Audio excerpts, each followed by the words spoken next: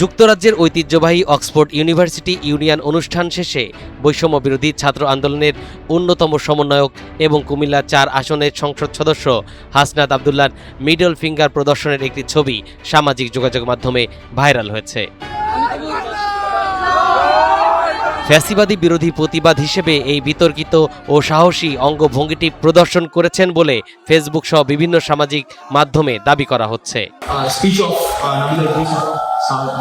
ঘটনার বিবরণীতে জানা যায়, প্যানেল আলোচনা শেষে হাসনাত আব্দুল্লাহ যখন অক্সফোর্ড ইউনিয়ন ভবন থেকে বের হন, তখন বাইরে অবস্থানরত যুক্তরাজ্য আওয়ামী লীগের সমর্থকদের তীব্র তোপের মুখে পড়েন।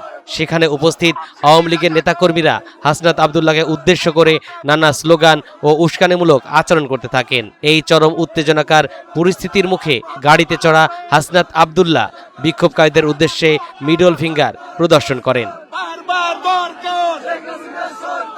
ওই মুহূর্তের একটি ছবি সেখানে ধারণ করা হয়, যা পরবর্তীতে মুহূর্তের মধ্যে সামাজিক যোগাযোগ মাধ্যমে ছড়িয়ে পড়ে এবং ব্যাপক তোলপাড় সৃষ্টি হয়।